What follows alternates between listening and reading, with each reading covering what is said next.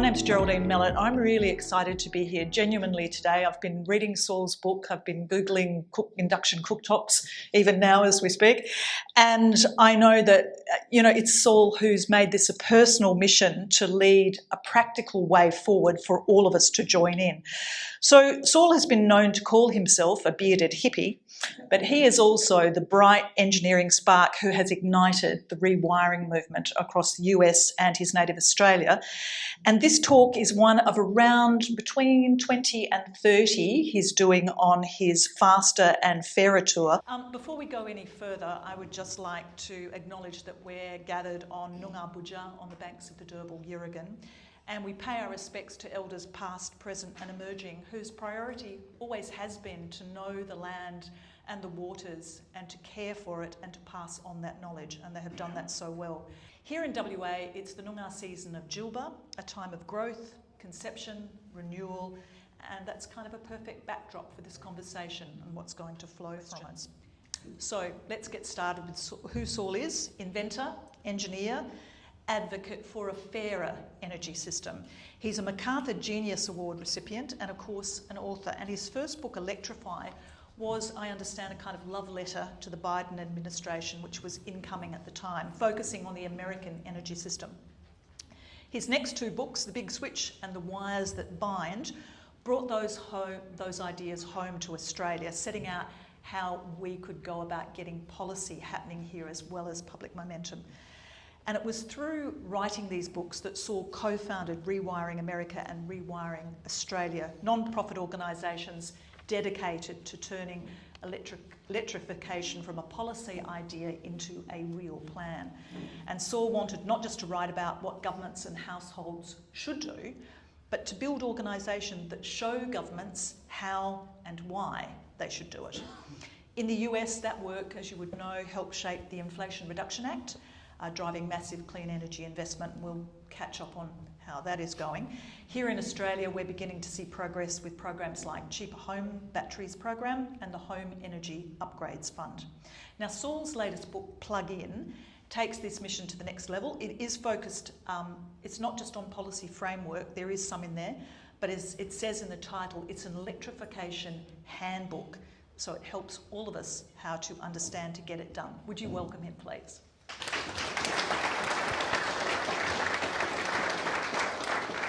I'm going to work from the inside out, Saul. You know, reading about climate crises day in, day out, seeing it day in, day out for many people can be quite overwhelming. And you've kind of come along and said, okay, there is a way we can all get involved in slowing this. Take it down to its simplest, it's 5 decisions, and it's your 5 decisions. Is it really as simple as getting the householder involved on those 5 decisions?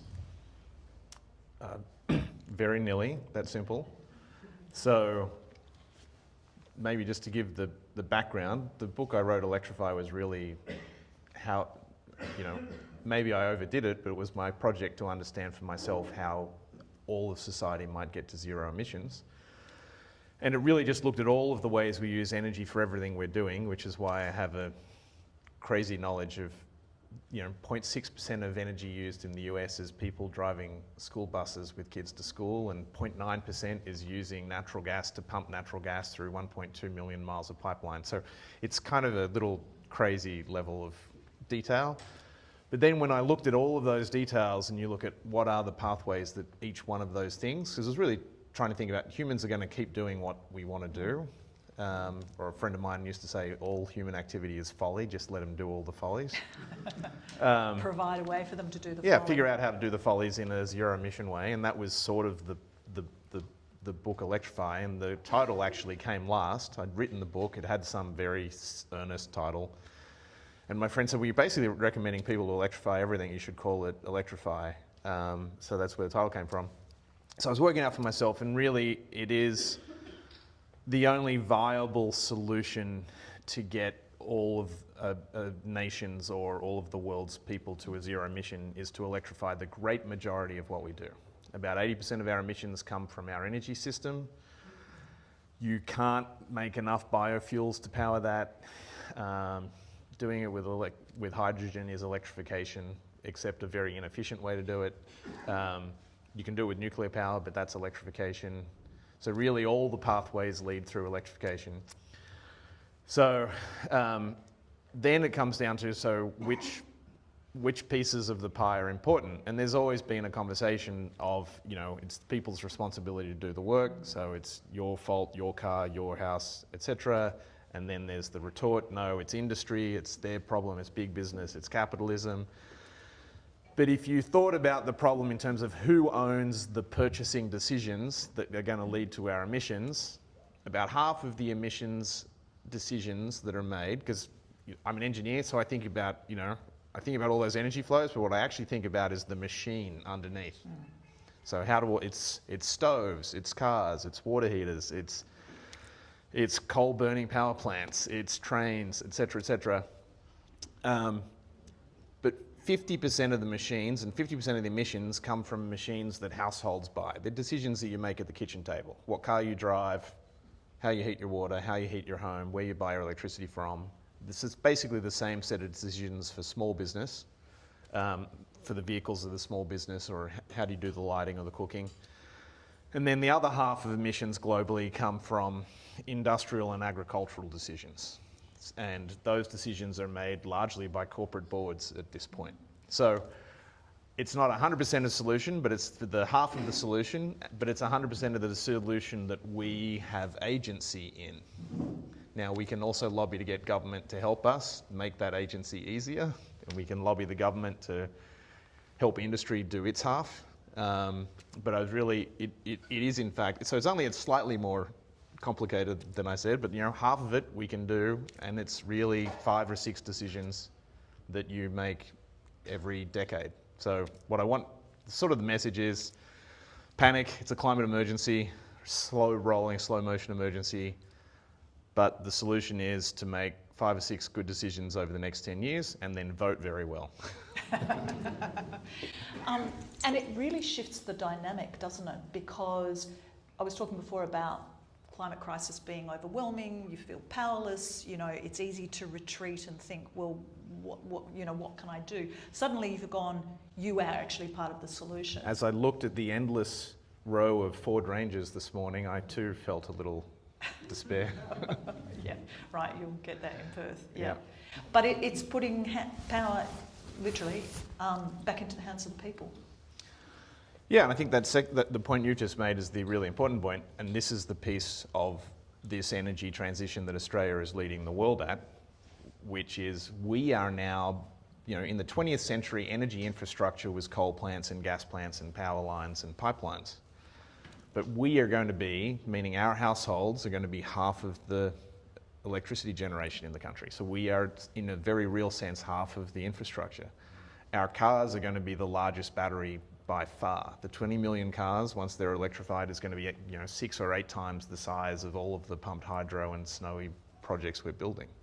That's incredible when you think about it. Yeah, so it is a democratization of the energy system, and it's really why the rules of the energy system are super important, the rules of the electricity market. We designed the electricity market for the 20th century when electricity just flowed one way, and we need to fix that quickly because you're more likely to get your electricity from your neighbour now than you are from some remote power plant. Yet the rules of the electricity system won't really let you do a market exchange with that neighbour in a fair way. Let's just talk about a practical example of that for the moment, because when we say you've got to do things in your own backyard, you took that literally. And in your community, you had Electrified 2515, which is your postcode. Can you just give us a picture of how that works and how it democratises things? And I'll come back to the fairer point in just a minute. Well, for family and COVID and other reasons, I moved back from San Francisco to Australia in 2021 and moved. We were sick of living in big cities, so we moved to Wollongong instead of Sydney. And somebody in the local community called me up, and it turns out they were the local Extinction Rebellion group. And so I'm hanging out with, and I usually am a dirty bearded hippie. I had my first proper beard trim ever this morning, so I also smell like a boudoir. It's crazy. anyway, so I'm hanging out with my Extinction Rebellion friends and new Extinction Rebellion friends, and they said, we're all aging out. We have young children. It's pretty hard to go to a protest and throw red paint at something with your 5-year-old. It's not exactly modelling good behaviour. So what can we do on climate that's, more impactful and more ambitious? And I just said, well, quite honestly, we're still not winning because the people who are trying to slow down this transition, namely the gas industry, they are sowing all sorts of misinformation about how the grid can't handle this, it's not going to work, nobody's recycling the batteries, all of these lies. So we should just prove in our own community that we can do it. And so then they all shifted, and now that's the origin of the Electrify 2515 project. And they started out literally by taking all their lovely little kids and door knocking. There's 4,200 houses in our community. It's 10,000 people. That's a lot of steps. Especially pulling 5-year-olds. And they door knocked and they asked who's interested. We want to do this for climate reasons. And about 40% of the community were like, okay, we're in, we want to do this. And now we're doing it. You're finding that number is going up. And I think there's something very important about trust and social license. And I think when the energy companies or Tesla is selling you these ideas, it's a bit like, don't know, but when it's your neighbours. Who don't essentially have anything to gain. Don't have anything to gain. It's a more important message. So that's sort of how the project kicked off. We applied for a little bit of funding with the Australian Renewable Energy Agency to move it forward faster. We got a little bit less than we needed, but we're making do. And it's going very well. And really, most of the things we're learning are social and cultural about, the community just has all of these trust issues, and trusting the community is good. But one of the most interesting aspects of it is we looked at what is going to be, I just told you how your cars and your rooftop solar and your batteries are going to be energy infrastructure. So we did a little cartoon model of the energy economics of our community. So we are 1 Australian postcode, that's the 2515, 6 suburbs, and very typical, 1.8 cars in every driveway, 2.7 people in every house. That's the Australian average. So we're like very average. And we spend about $25 million a year. There's one petrol station in the postcode. We spend $25 million a year at that petrol station. 25 million? Yeah. Wow. We spend about $5 million a year buying gas in that community. And we spend about $5 million a year buying electricity. We could easily provide half of our energy in our local community. If 60 or 70% of the households have rooftop solar, we'll produce about half of all of the energy we need for everything, including driving. And if you model out the economics of that, we would save about $20 million a year as a community. We wouldn't be, when you spend when $25 million goes to that one gas station, it creates one job selling nicotine, sugar, and gasoline or petrol. It's like 3 things that can kill you in one place. Creating one job, efficient. Right? And the money is on a one-way ticket to Sydney and then to countries that do mischief around the world, which are all the oil producers, including America. If we were running it off our own, half of it off our own rooftop, etc., we would save about $20 million a year. We know by the economics of how Australian households works that you spend about 55% of your disposable income within your local LGA, or basically your postcode. So we would be spending $12 million a year more in our community just on the savings. So it would create jobs. There'd be a few extra electricians and tradies doing the installations, but the real job creation, the real economic enormous win is that you wouldn't be spending this money on fossil fuels that you don't create in your own community. Just going down to the finer detail for a minute, aside from people making those 5 decisions about what's in their house and electrifying anything, what is the way in which you share power? Is that also different? This is still a theoretical, because it's illegal under the market rules of Australia. So, I don't know, there's probably enough engineers in the room that they might appreciate this. So there's something in physics called Kirchhoff's law. Kirchhoff's law basically says that electrons are lazy and they're going to go to the closest place that needs them. So we pretend in 2515, as you pretend here in Perth, that if I generate solar on my roof and I sell it back to the market operator, it goes all the way back to Melbourne where AGL's office is, and they pay me 2 cents a kilowatt hour for it, and then they sell it to my neighbour for 37 cents a kilowatt hour. The electron, however, merely went to my neighbour. So it doesn't, in no way does the market represent the physics of what's going on. We have all of these rent seekers in the capitalism sense that are taking a toll on this. We know that if we were doing this highly electrified community, we need about 2.5 times more electricity. We can make that with our solar. And so we are advocating for reforms to the Australian electricity market so that we could sell our neighbours the portion of our electricity that we can generate and use ourselves. We'll buy the rest from the grid at fair market price. But if you could get those rule changes to happen, you should actually be able to lower the price of electricity by about 25% for everyone. And part of the reason of doing this was to demonstrate to the governments and to the policymakers, whoever they may be, that this is possible, that people want to do it, and that it has so many benefits. Where are you in terms of those policymakers, those politicians sitting up and taking notice? The Labor government were kind enough to give us some credit for the HOOF, as they call it, the Home Energy Upgrade Fund, HEUF. Terrible acronym. They were kind enough to credit us with some of giving them the permission politically to do this battery project. We've been asking for a lot more. But in some respects, the project Electrify 2515 succeeded before it started, because we had already shown the Australian government that there's now credible amounts of people within every community in Australia who get this, understand the climate problem is real, understand that the solutions are now available and want a solution.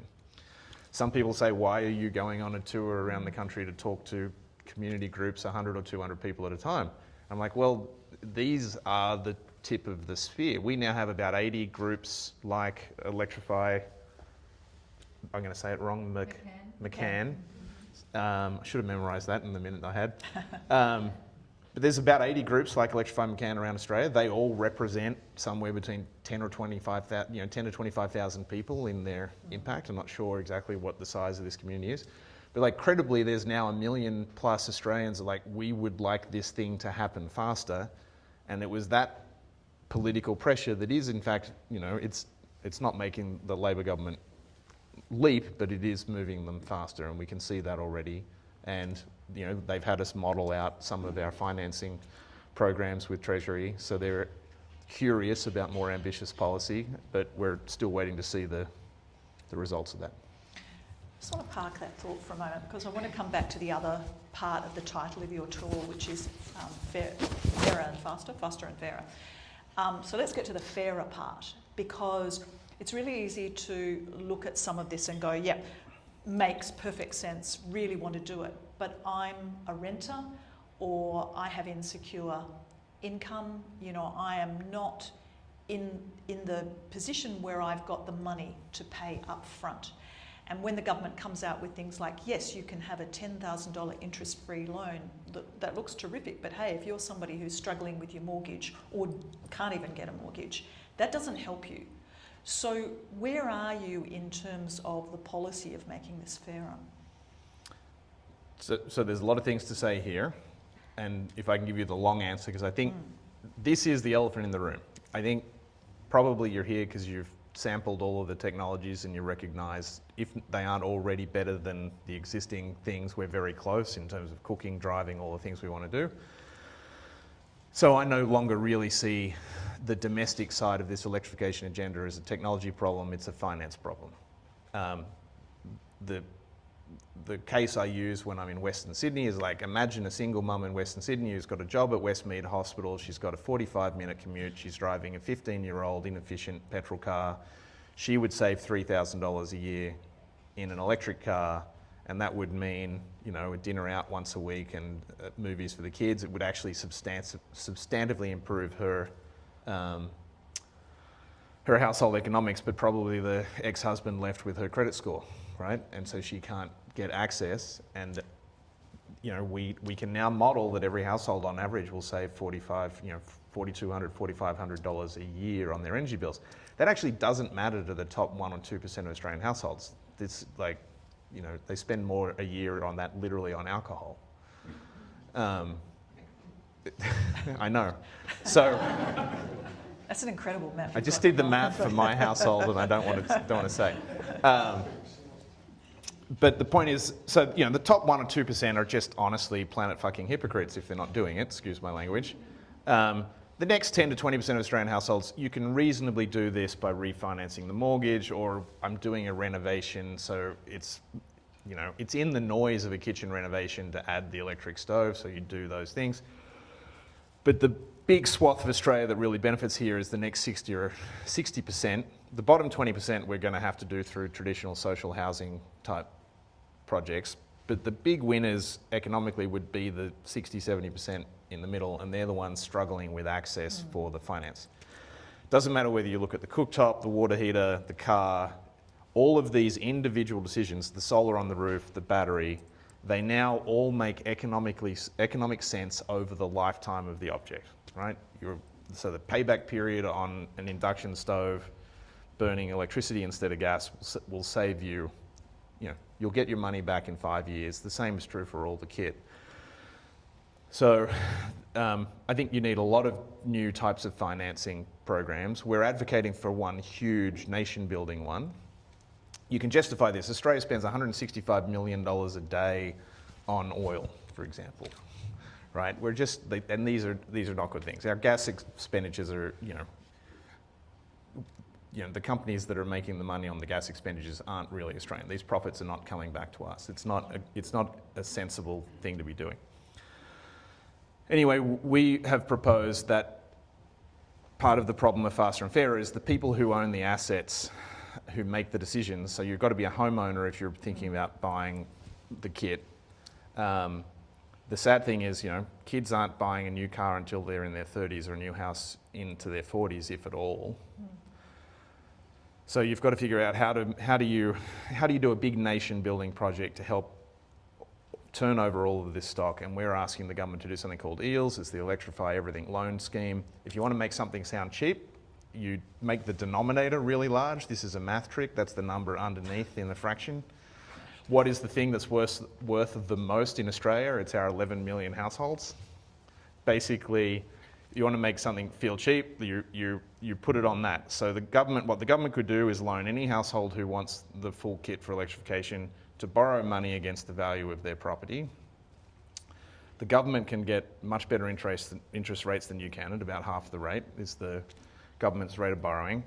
And they could loan you that money, indexed to inflation if you like, and then at the point when you sell your home, and the average home in Australia now sells every 7 or 8 years, you pay off the original loan. In that time, inflation has taken care of the price. You've saved the money on energy every week, and you're saving that $4,000. And that's when you're a householder, right? You're a homeowner. That's when you're a householder. So that's how you would solve it. I think you would have to have accompanying legislation for renters that says if your landlord is using this trick, they have to pass on the energy savings week to week. So the landlord gets the capex win, and the renter gets the week-to-week cash flow win. That would be, Victoria is flirting with legislation that looks like that. They're also flirting with legislation that if a renter asks the landlord to put solar on the roof, the landlord can't reasonably refuse unless there's some technical or historic reason they have to put it on. Oh, that's new. So I think, I'm here to solve climate change, not all of Australia's economic ills. But this is a big chunk, or it's a this is a big chunk of both, isn't it? Right? Yeah. This is both an economic ill and a climate change issue. Yeah. I think now about a third of Australians are renters. So you have to figure out how to do it. And the difficult thing is I think it's only going to be done with compelling legislation. And so compelling legislation is only generally done with really good momentum, lobbying, what have you. So it's very much chicken and egg, isn't it? It's all chicken and egg, which is why you're trying to translate the fact that you can fill it's extraordinary to me that you can fill a room on a Tuesday or Thursday afternoon with people that talk, with a bearded hippie. but it is that proof of political urgency that is actually going to move the needle.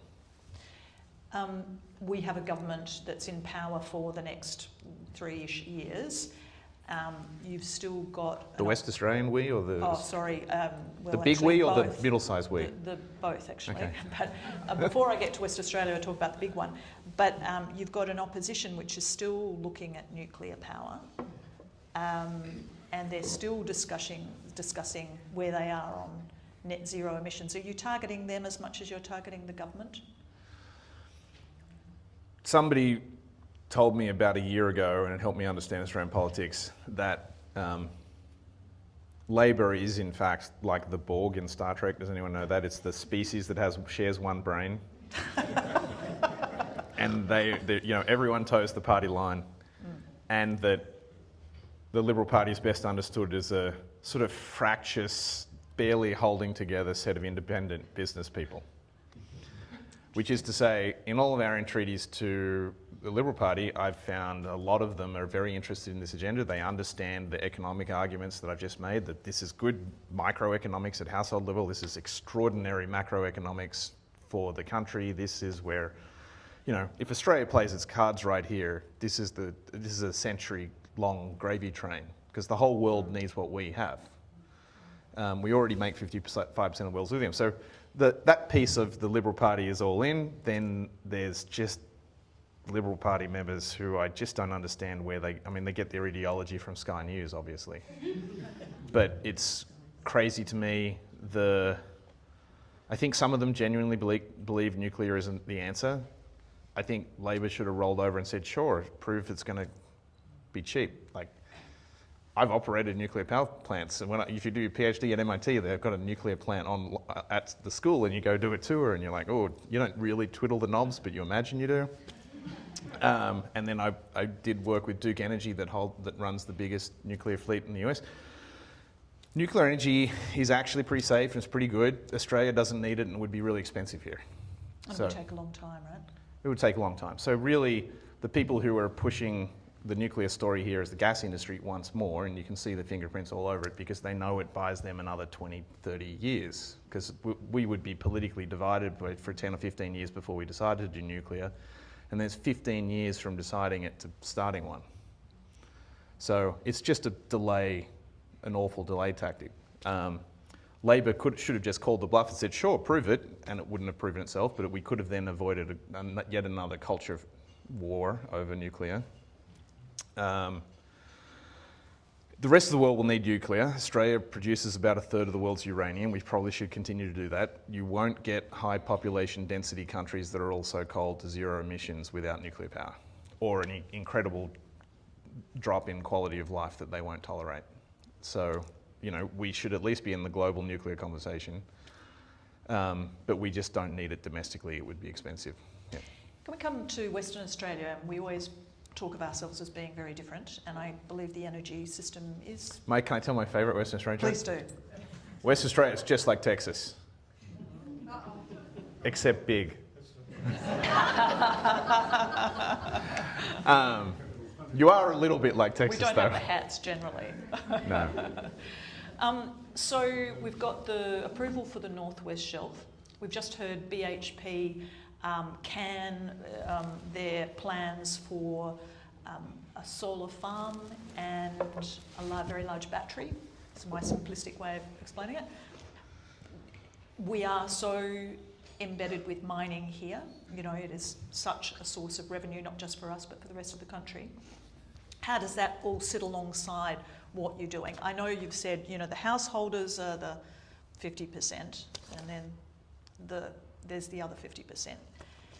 I know you can't solve all the ills, but I'm just wanting you to sort of paint the picture for us, because you can't have one without the other, really, can you? So, natural gas is really cheap when you're an industrial buyer. You pay the wholesale price or the wellhead price. That's $4 or $5 a gigajoule, US dollars. I can't convert it, but it's in cents per kilowatt hour equivalent, it's 2 to 4 cents. Maybe, that's US cents, so 4 to 6 Australian cents a kilowatt hour. That's what industry pays for gas. The reason I've been focusing for the last decade on the demand side, where we use it, is you pay retail. Retail for gas, it's like 20, 25 cents. Petrol is about $1 a kilowatt hour. Diesel, the same, $1 a kilowatt hour.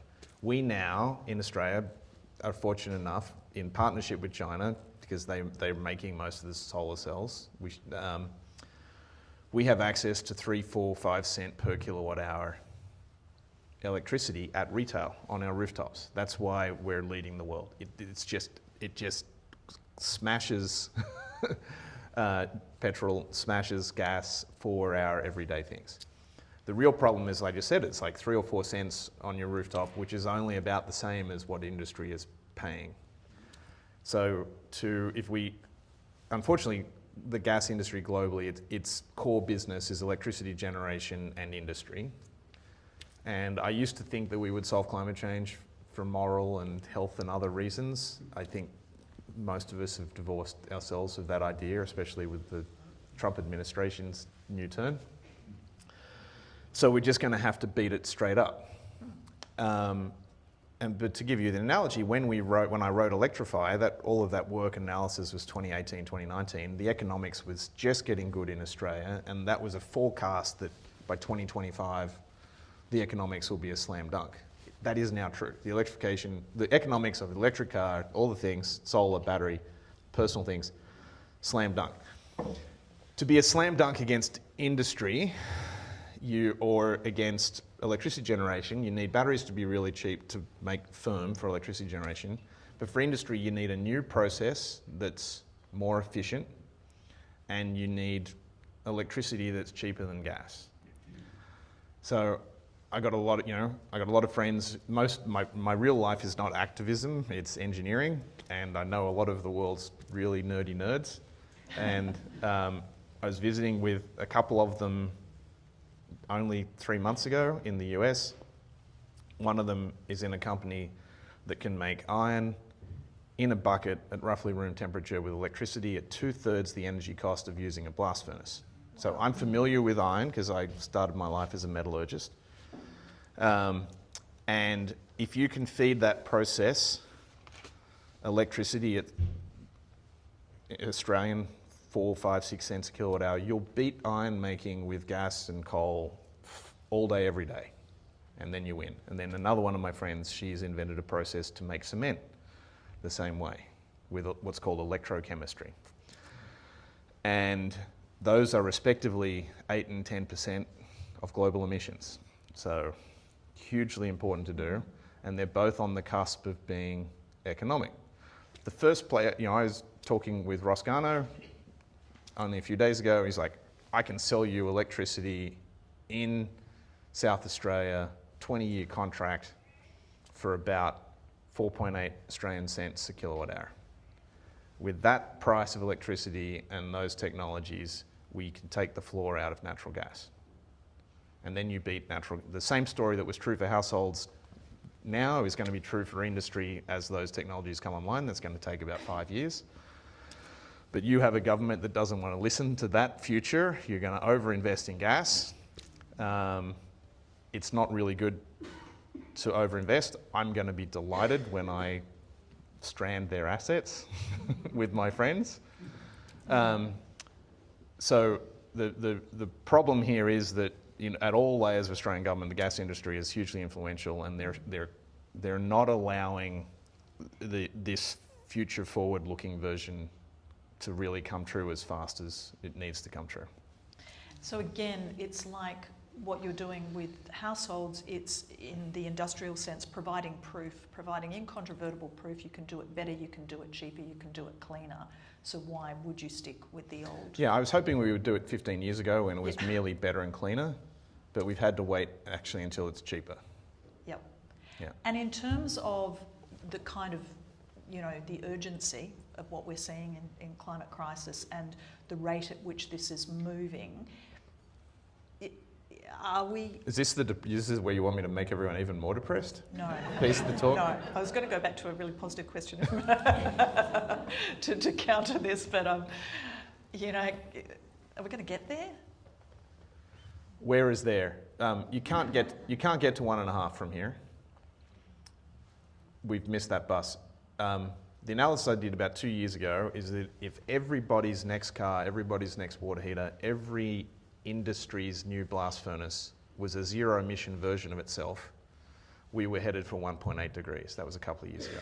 We didn't make those decisions, so with perfect execution over the next 20 years, no one ever buys anything that burns fossil fuels again. We're probably on track for 2 degrees.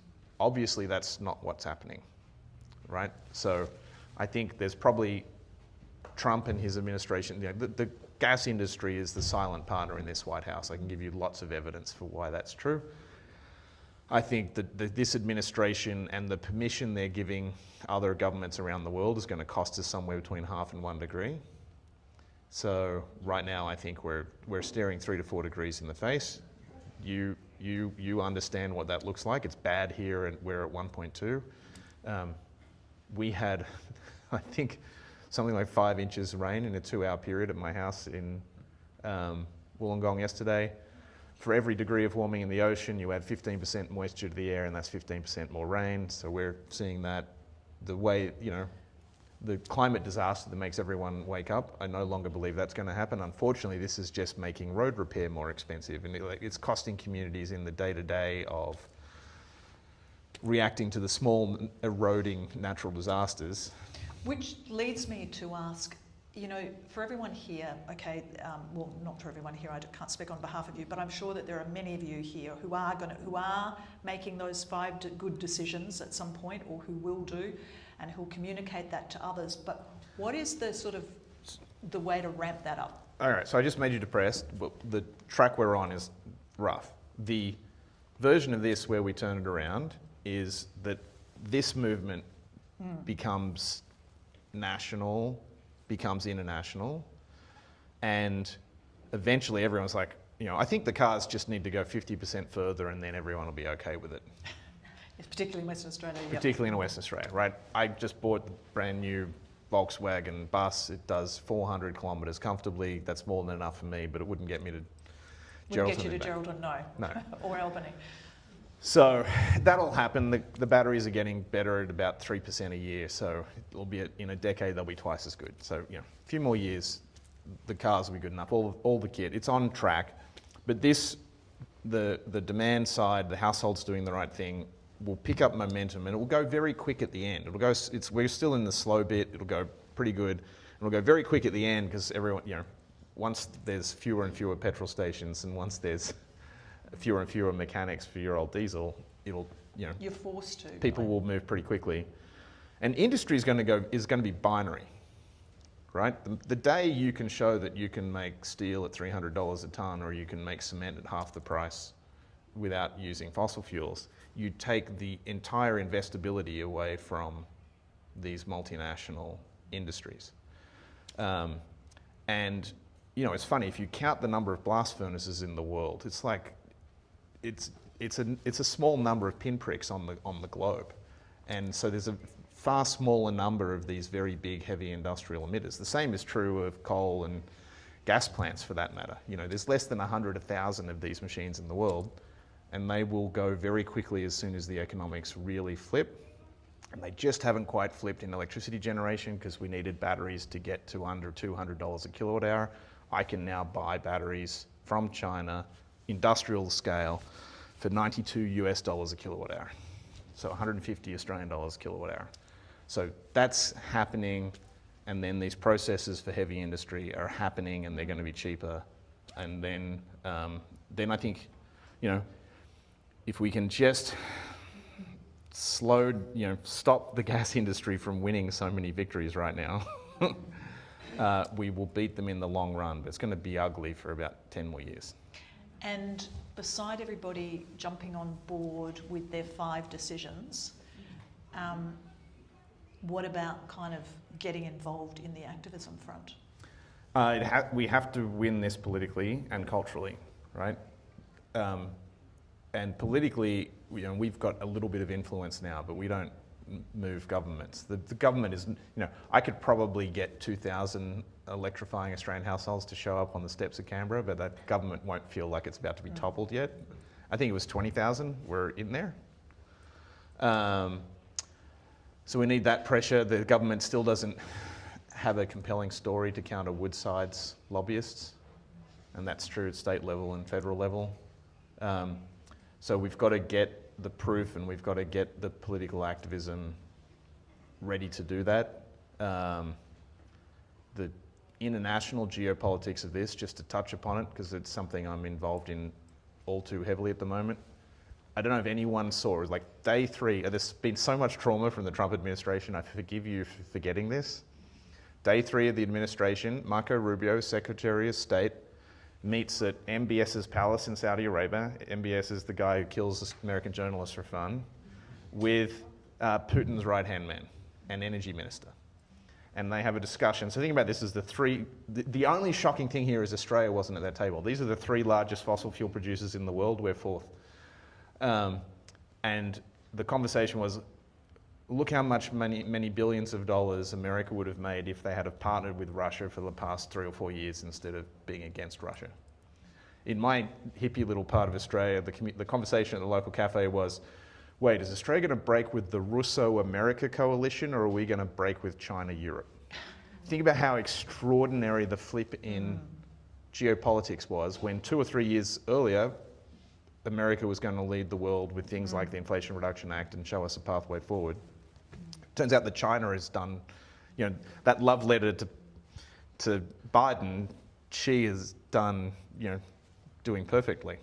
I mean, very imperfectly in a political sense, but technically China is on track to produce enough solar and enough batteries. If they just keep doubling their production capacity at the current rate, we're zero emission planet-wide in 2038. So there's the optimism. We can do this, right? The industrial capacity is coming online. It's not coming online in the countries we thought it was going to work in. And now they're actively, like, you watch the Trump, the tariff policy. So Europe will give you a lower tariff if you guarantee to buy $750 billion worth of American natural gas. Taiwan, we're going to increase your tariffs from 10%, it went up to as high as 155. We'll bring it back down to only 20 if you guarantee you buy Alaskan liquid natural gas. This is the energy policy of the United States is now to use tariffs as extortion to force American natural gas on the world, because without that extortion, American natural gas is not economic. And that same company and philosophy is what's driving your local politics here, because they are the same people. I was watching an old Australian story that you did, which was just lovely, and your wife said you are a relentless, she said you're a compulsive optimist. But at the end of the day, when I imagine even for you things get a bit overwhelming, you mentioned a couple of things that your friends are doing, but is there another bright shining light that you come back to? Could be a small project, could be some people, whatever, that you think, yeah, there's that, and that's emblematic of, the hope. I now have 2 things that motivate me, not one. It used to just be naive optimism. Now it's an optimism based in the fact that we're starting to have the numbers where this is going to be a politically powerful cohort. And we have to work together and get all the community groups to do a better job, and we'll probably have to do a few failed marches on Canberra, but maybe on the 3rd try we'll get giant nation-building economic policy around electrification. So I'm optimistic because bums are filling seats and people are interested and engaged. The other thing that now motivates me is pure revenge fantasy. I love those. You know how once a year there's an action movie that comes out Hollywood and it's like, daughter is kidnapped, you kill half of Eastern Europe and you get your daughter back? Liam Neeson. I am Liam Neeson. The gas industry has kidnapped my daughter. And the revenge fantasy of the gas industry against the IRA was the Trump administration and all of this tariff. And now we need to come up with... Now the revenge fantasy is we're just going to beat them with technology at price on their core industries, which is electricity generation, steel, cement. And we're going to beat them.